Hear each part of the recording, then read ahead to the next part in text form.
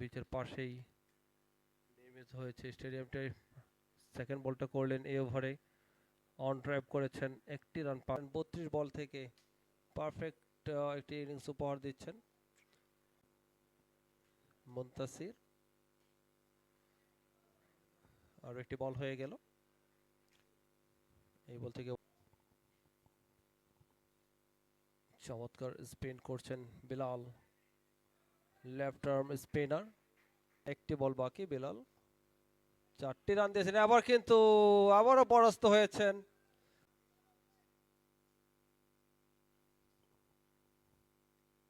Of স্টাম্পে বাইরে কাট করে দিয়েছেন, বল যাচ্ছে সীমানার দিকে এবং শেষ পর্যন্ত সীমানার বাইরে 4।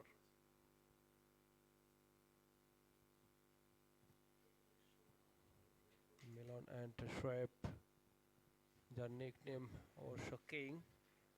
দেখুন অ্যাকশন রিপ্লেতে মিলন তার ব্যাট থেকে সেই 4টি run. 114 for 3 Dhaka Kings. What a ball, lovely timing, it's a really very good shot, all the way maximum, high and handsome. চমৎকার শট। মিলন দলীয় captain, the captain leading from the front.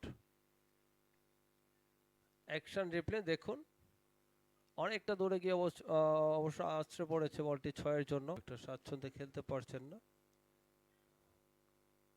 3টি বল হয়েছে, 4টি run কিন্তু চলে এসছে।